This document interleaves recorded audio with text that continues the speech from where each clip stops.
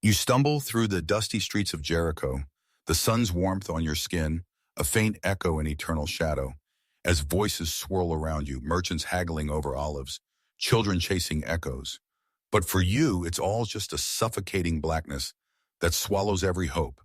Imagine navigating this world without a single visual cue, where every step risks a stubbed toe on uneven stones or a tumble into the path of a passing donkey cart. Yeah, you probably won't survive this night without questioning your own sight privileges.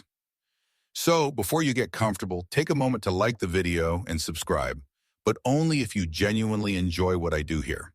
Drop a comment with your location and local time. It's always fascinating to see where in the world you're drifting off with me. Now dim the lights, maybe turn on a fan for that soft background hum, and let's ease into tonight's journey together. You wake up, or at least that's what it feels like, though the concept of dawn means nothing to you beyond the subtle shift in temperature and the chorus of birdsong piercing the air. Your world is a tapestry woven from sounds, smells, and touches. The gritty sand beneath your bare feet, the acrid scent of smoke from nearby cooking fires, the distant bleat of goats echoing off ancient walls.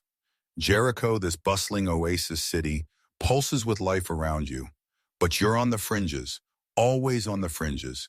You sit by the roadside, your usual spot, a worn patch of earth where the traffic of pilgrims and traders brushes past like ghosts.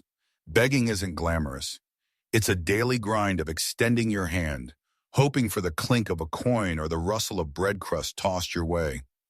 Sometimes you get lucky, a kind soul pauses, their voice soft with pity, dropping a few lepta into your palm.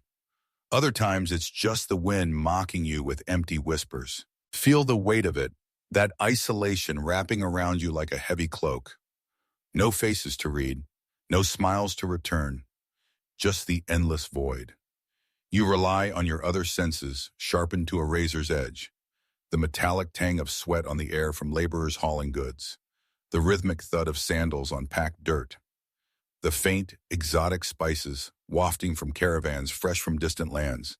It's exhausting, this hyper-awareness, like your brain's on overdrive compensating for what your eyes can't provide. And let's be real, in a time without guide dogs or white canes, you're basically winging it, dodging obstacles by memory and luck. One wrong turn, and boom, you're face first in a marketplace stall, spilling dates everywhere.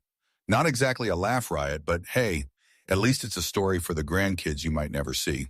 Historians note that Jericho, one of the oldest inhabited cities in the world, was a key trade hub during Jesus' time, its palm groves and springs drawing crowds from afar, making it a melting pot of cultures and a prime spot for beggars like you to eke out a living.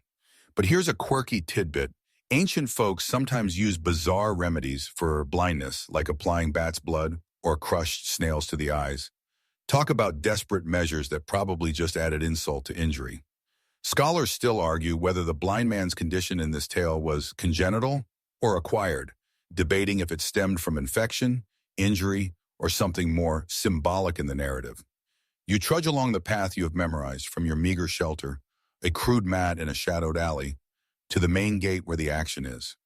The air grows thicker with dust kicked up by feet and wheels, and you hear the murmur of conversations. Aramaic laced with Greek accents, tales of Roman taxes grumbled under breath. Your stomach growls, a constant companion, reminding you that survival hinges on the generosity of strangers. You settle down, cross-legged, your cloak spread out to catch offerings. The sun climbs higher, baking your skin, and sweat trickles down your back. Hours blur into one another. A woman's gentle hand pressing a fig into yours, a child's giggle as they scamper by, the occasional scoff from someone too hurried to care. In quieter moments, doubt creeps in. Why you? What sin cursed you to this fate? You've heard whispers of healers, prophets wandering the land, but they're just stories, right? Like that one about the guy who parted the sea, entertaining but not exactly helpful when you're starving. You chuckle inwardly at the irony. In a city famed for its walls tumbling down centuries ago, your own barriers feel unbreakable. Modern aside, it's like trying to scroll TikTok with no Wi-Fi, frustrating and utterly pointless. But you persist because what choice do you have? Calling out softly at first, then louder as the crowd swells.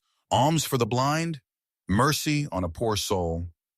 As evening approaches, the sounds shift, the market winding down, families retreating to homes aglow here with oil lamps you can only imagine. Fatigue settles in your bones, but there's a restlessness too, a faint hum in the air like something big is brewing. Rumors float by, a teacher from Nazareth, performing wonders, heading this way. You perk up, ears straining. Could it be? Nah, probably just another charlatan peddling false hope. Still you file it away, a tiny spark in the darkness. Night falls, cooler air brushing your face, and you make your way back, guided by the stars you can't see. Sleep comes fitfully, dreams a jumble of sensations without form. Tomorrow, another day in the shadows. Or so you think. The city's rhythm lulls you, but isolation bites deeper. Friends, sparse, family, maybe scattered or ashamed. You're a fixture like the ancient sycamore trees lining the roads. There, but overlooked. One joke to lighten the mood.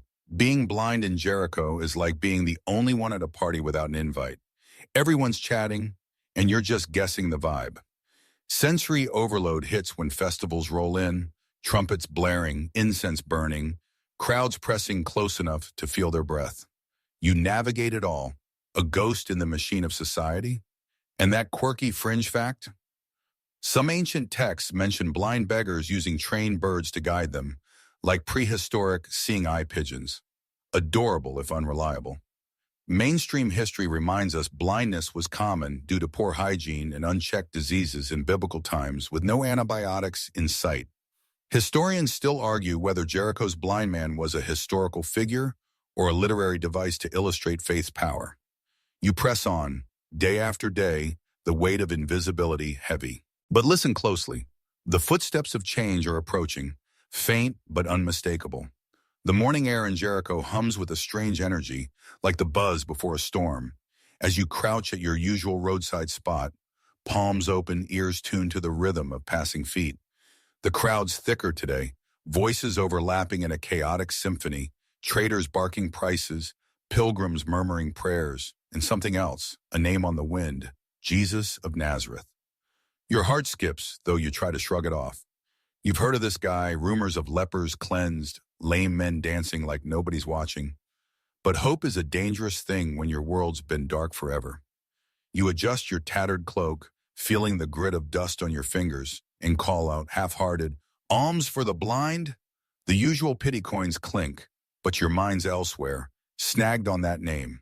Suddenly, the crowd's noise spikes. Shouts, laughter, the shuffle of sandals grinding to a halt.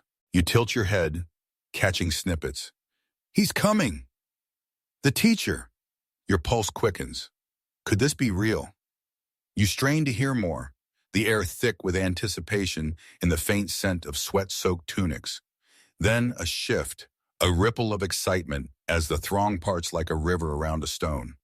Footsteps, deliberate and calm, cut through the chaos. It's him. You don't know how you know, but you do, like a gut punch of certainty. You scramble to your knees, heart pounding, and shout, Jesus, Son of David, have mercy on me. Your voice cracks, raw with desperation, surprising even you with its force. The crowd hisses, annoyed. Shut up, beggar! Someone snaps, their breath hot with disdain. Another voice sharper. He's busy. Move. But you don't care. You shout again, louder. Son of David, have mercy! It's like your soul's clawing its way out, refusing to be ignored. Imagine it. You're screaming into a wall of noise. Your voice a lone thread in a tapestry of chaos, betting everything on a man you've never seen. It's absurd, honestly, like yelling at a celebrity to notice you in a packed stadium. But this isn't fame chasing. It's survival. You feel the crowd's weight pressing in, their murmurs like a swarm of bees, but you keep shouting, voice hoarse, throat burning. Mercy.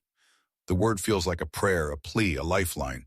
You picture modern fans losing it over a pop star. But this is raw, primal need. You're not asking for an autograph. You're begging for a miracle. The historical fact here is that Son of David was a loaded term in Jesus' time. a messianic title tied to Jewish hopes of a kingly deliverer, rooted in prophecies from Isaiah and Jeremiah. Calling it out was bold, almost political.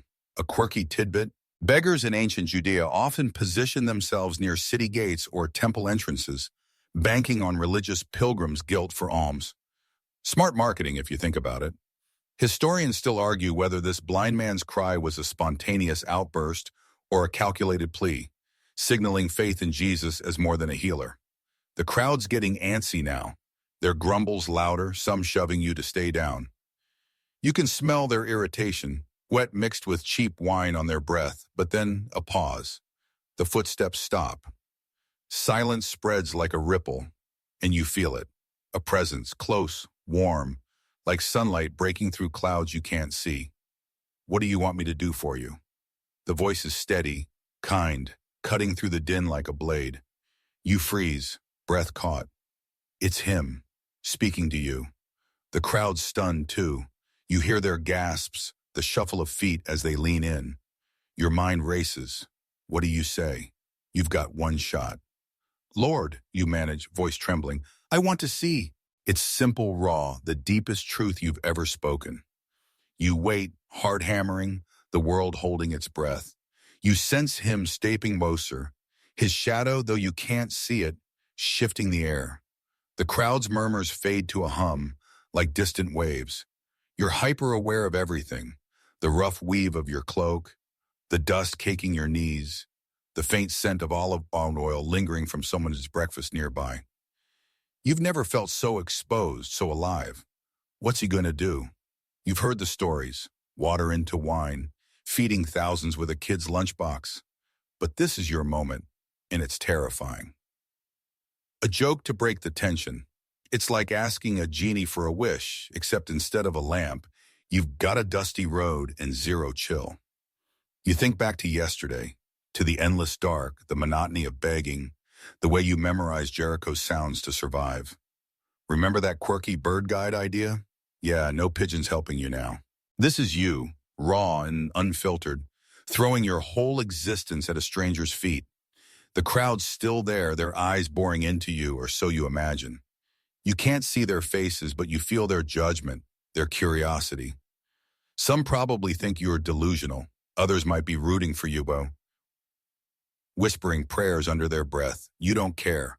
All that matters is this moment, this voice, this impossible hope. The historical context deepens. Jericho's roads were packed during Passover season when pilgrims flooded Judea, making it a hotspot for encounters like this.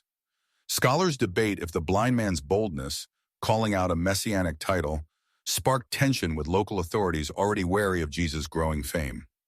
That fringe detail about ancient remedies pops up again in your mind. Imagine someone suggesting you rub snail slime on your eyes right now. You'd laugh, but you're too focused, every nerve tingling as you wait for his response. The air feels heavier, charged, like the world's about to shift. You hold your breath, not daring to move. What happens next? You're not sure, but for the first time in forever, the darkness feels less like a prison and more like a doorway. You kneel in the dust of Jericho's road, heart pounding like a drum, as Jesus' words, "What do you want me to do for you?" hang in the air, your plea, "I want to see," still echoing in your ears. The crowd's murmurs fade, and you sense him closer now, his presence like a warm breeze cutting through the chaos. Then something wild happens. He speaks again, calm but commanding. "Go, wash in the pool of Siloam." But first you feel his hands, rough, calloused, touch your face. A wet, gritty sensation follows as he smears something on your eyes. You flinch, confused. It's mud, cool and thick, with a faint, sharp tang. Wait, did he just spit in the dirt to make this? Gross, right? Like a prank you'd see on ancient TikTok. Except this isn't a joke. The crowd gasps, some snickering, others whispering in awe. You're frozen, the weight of their stares, imagined but heavy, pinning you in place. Your fingers twitch, tempted to wipe it off, but his voice holds you. Go, wash. You stumble to your feet, guided by instinct and memory, the crowd parting like a reluctant sea. The pool of Siloam isn't far, but every step feels like a mile, your face caked with this bizarre mud mask. You hear the chatter trailing you. He's actually going. What's that guy thinking? As your sandals slap the packed earth. The air carries the scent of damp stone and fresh water as you near the pool, its gentle ripples lapping in your ears. You kneel, hands trembling, and scoop water over your face. The mud dissolves, cool streams running down your cheeks. You blink. Once, twice, and then light, colors, shapes. The world explodes into existence. You see the shimmering pool, the green of distant palms, the faces of strangers staring back, wide-eyed. You laugh, a shaky, disbelieving sound, because what else can you do? It's like someone flipped the switch on reality and you're drowning in it. Look around, the sky's a piercing blue, the sun a blazing orb you've only felt before. People's tunics swirl in hues of brown, red, white, details you never knew existed. You're dizzy, overwhelmed, like a kid seeing fireworks for the first time. A joke slips in. It's like upgrading from a flip phone to a 4K smartphone in one splash. You stand, water dripping from your chin, and the crowd's buzzing now, some cheering, others muttering about sorcery. You don't care. You see the historical fact anchors this moment. The Pool of Siloam, fed by the Gihon Spring, was a real place in first century Judea, used for ritual purification and linked to healing in Jewish tradition. A quirky tidbit? Some ancient healers believed saliva had medicinal properties. Spit was basically the duct tape of biblical medicine. Historians still argue whether this miracle was a physical healing or a symbolic act to challenge religious norms, given the Sabbath controversy it sparked. You turn, testing your new eyes, catching every detail. The weave of a woman's shawl, the glint of a coin on the ground, the wrinkles on a man's face as he gawks. It's too almost painful, this flood of sight. You remember the darkness, the way you navigated by sound and touch, that time you tripped over a stray goat and cursed the world. Now you could dodge 10 goats, easy, but the joy's tempered by whispers. Is that really him? No way, it's a trick. You recognize voices, regulars at your begging spot, but their faces are new, strange. You grin, maybe a bit smug, because you're not just the blind beggar anymore. You're the guy who got a miracle. The walk back to the city gate is a blur, your eyes darting everywhere, drinking in the world. Kids chase each other, their laughter sharper now with faces to match. A merchant's stall spills over with figs and pomegranates, their colors so vivid it hurts. You're tempted to shout, "I can see!" But you keep it together barely. The crowd trails you, their questions like flies buzzing around your head. How'd it happen? Was it really Jesus? You don't answer. Not yet. You're still processing, your brain rewiring itself to handle this new reality. Another joke. It's like your eyes got a software update, but your soul's still buffering. You think back to that moment with Jesus, the mud, his voice. Why mud? Why spit? Was it to make you squirm? To test your faith? You recall the fringe remedies, bat's blood, snail slime, and chuckle. Spit mud's not the weirdest thing you've heard of, but it's up there. The historical context deepens. Miracles like this were rare, often tied to prophets in Jewish tradition, like Elisha healing Naaman. Scholars debate if the mud was a nod to creation stories, God molding man from clay, or just a practical choice to draw attention. Either way it worked. You see the road ahead, literally, and feel a spark of something bigger. Faith, maybe. But right now, you're just trying not to trip over your own awe. The crowd's growing, their excitement a mix of wonder and suspicion. You hear your name or the nickname they gave you, Blind Bart, whispered with doubt. You're not just a miracle now, you're a spectacle. And somewhere deep down, you know this isn't over. The Pharisees, those rule-obsessed religious types, won't like this. You can almost smell the trouble brewing, like the faint whiff of incense from their synagogue. But for now, you bask in the light, each step a victory, each sight a gift. You stand in the heart of Jericho, eyes still drinking in the world, colors sharp, faces vivid, the chaos of the marketplace a dizzying swirl. The crowd's thicker now, buzzing like bees around you, their whispers sharp with doubt and wonder. Is this really the blind guy? No way he sees. You catch their stares, some curious, others cold, and feel the weight of being a walking miracle. Your newfound sight is a marvel, but it's also a spotlight in your center stage. The air's heavy with dust and the scent of roasted lamb from a nearby stall. But there's another smell, trouble, wafting from the synagogue where the Pharisees lurk. They've heard about your healing, and now you're summoned, dragged before them like a kid caught sneaking figs. You shuffle in, sandals scuffing stone, the dim interior cool against your skin, their bearded faces glaring under flickering lamplight. Who did this? A Pharisee snaps, his voice like gravel. You swallow, throat dry, and recount it all. Jesus, the mud, the pool, the light. They lean forward, eyes narrow, like you're a puzzle they can't solve. He's a fraud, one mutters. A Sabbath breaker. Another hisses, because, oh, right, Jesus healed you on the holy day, a big no-no in their rule book. You're not here to debate theology, though. You just want to savor seeing their grumpy faces for the first time. A joke to lighten the mood. It's like being grilled by the HOA for planting the wrong flowers. Except these guys could ruin your life. You stick to your story, simple and true. He put mud on my eyes, I washed, I see. They don't like it. They press harder. Their questions like arrows. Who is he? How'd he do it? Are you even the same beggar? You're tempted to roll your eyes, but that's a new trick, and you're still practicing. The historical fact grounds this. Pharisees were a powerful Jewish sect in the first century, obsessed with upholding Mosaic law, especially Sabbath rules, which banned work, including healing, some argued. A quirky tidbit? They sometimes used sinner as a catch-all for anyone breaking their traditions, like Jesus mixing spit mud on a Saturday. Historians still argue whether this interrogation was about protecting religious order or jealousy over Jesus' growing fame, stirring crowds in a Roman-occupied powder keg. You're no scholar, but you feel their suspicion like a weight. They call in your parents to verify you're you. Imagine the awkwardness, like a family reunion where everyone's mad. Your folks, nervous, confirm you're their son, born blind, but dodge the big questions, scared of being ostracized. Ask him, he's old enough, well, they say, throwing you under the cart. Thanks, Mom and Dad, you're back in the hot seat, the Pharisees circling like hawks.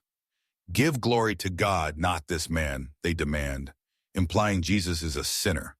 You're done with their nonsense. Look, you say, voice steady. I don't know if he's a sinner or a saint. I was blind, now I see. That's the deal. The crowd outside murmurs, some cheering your sass, others shocked. You're not trying to be a hero. You're just tired of their games. Picture it. You, a nobody beggar, schooling religious elites in their own turf. It's like arguing with a Reddit thread, except these guys can banish you from the synagogue. Your heart races, but there's a fire in you now, fueled by the miracle you can't unsee. You remember the mud, the pool, the first glimpse of light. Nobody's taking that from you.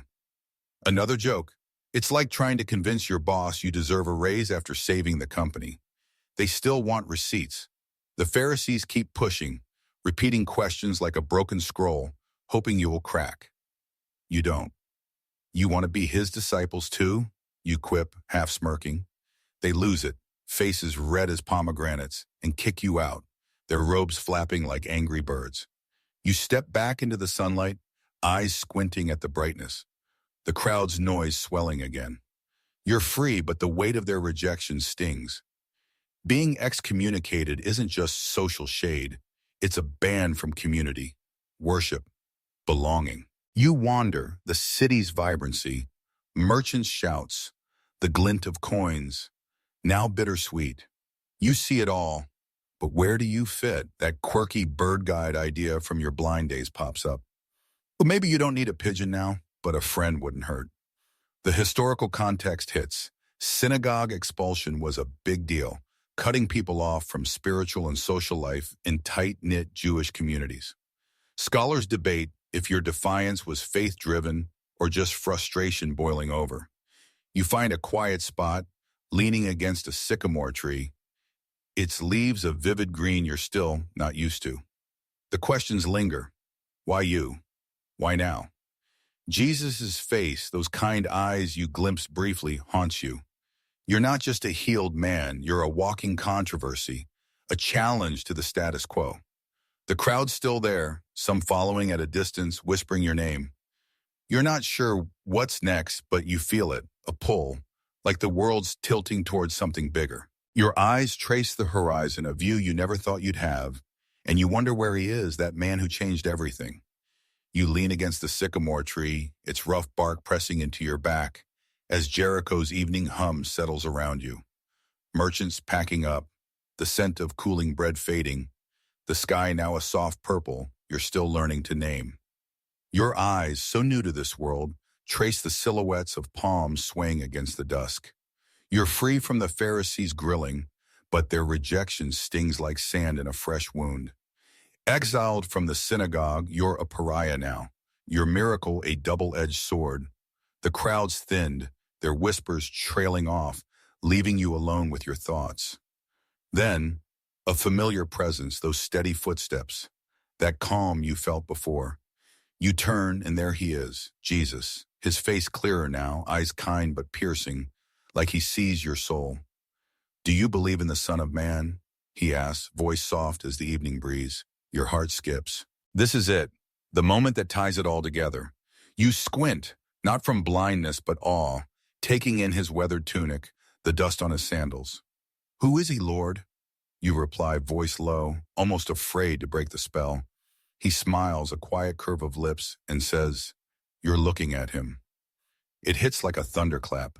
This man, this mud and spit miracle worker, is more than a healer. You drop to your knees, not out of habit but instinct, and whisper, "I believe." It's not just words, it's your whole world shifting, like a stone rolling away from a tomb. You see it now, the mud, the pool, the Pharisees' rage. It was all leading here, to this truth you can't unsee. A joke to ease the weight. It's like signing up for a cooking class and accidentally joining a revolution. Zero regrets. The historical fact anchors this. Son of Man was a messianic title from Daniel's prophecies, used by Jesus to claim divine authority. A bold move in a culture watching for a savior. A quirky tidbit? Some ancient Jewish mystics believed encountering a prophet could spark visions or spiritual awakenings. Your moment feels like that, minus the incense and chanting. Historians still argue whether this encounter was a private epiphany or a public statement, meant to challenge the religious elite's grip on faith. You rise, heart full, eyes locked on his. The crowd's creeping back, drawn by the quiet intensity, but they're just shadows now. You remember the darkness, the begging, the way you navigated Jericho by sound alone. Those trained bird guides you laughed about seem so far away. Now you're not just seeing, you're understanding. Faith isn't just about miracles. It's about trust, about saying yes to something bigger, and even when the world says no. You think of the Pharisees, their rules crumbling like Jericho's ancient walls, and you feel a strange peace. You're not invisible anymore, not to him, not to yourself. He speaks again, words about judgment, about light coming into the world. You don't catch it all. Your mind's too busy marveling at his face, the first you've ever truly seen. But you get the gist. This isn't just about you. It's about everyone stumbling in their own darkness, needing a spark to see. Another joke, it's like the universe handed you a flashlight, but you've got to choose to turn it on. You choose yes every time. The crowd murmurs, some nodding, others skeptical, but you're past caring. You're not just the ex-blind guy, you're a witness, a story that'll outlive you. As he walks away, you follow, not physically, but in your heart. Jericho's streets fade into the background, the noise softening, the colors of dusk blending into a gentle blur. You're changed, not just by sight, but by something deeper, eternal. You sit again by the tree, watching stars emerge, pinpricks of light you never knew existed. The world feels bigger, yet safer, like you've found your place in it. One last joke. It's like upgrading from a cardboard box to a penthouse, except the view's infinite. The air grows cooler now, the hum of Jericho fading into a soft, rhythmic hush, like waves lapping at a distant shore. You rest against the tree, its solid presence grounding you. As the stars above twinkle in patterns you are only beginning to learn. Your journey from darkness to light, from doubt to faith, settles into your bones, a quiet warmth spreading through you. The world, once a chaos of sounds and smells, is now a canvas of colors and shapes. But it's the truth you carry that feels heaviest, most precious. You're not alone anymore. That spark of belief, kindled by a stranger's touch, burns steady now. Let the day's weight slip away, the Pharisees' scowls, the crowd's whispers, all dissolving into the night's embrace. Picture the pool of Siloam, its waters still rippling in your memory, reflecting a sky you can finally see. Breathe slow, let your eyelids grow heavy, and drift with the thought that you're seen, known, whole. The stars keep watch, their light a gentle promise, guiding you into rest. Sleep now, wrapped in that calm, as the world whispers, you are enough. Oh, how am I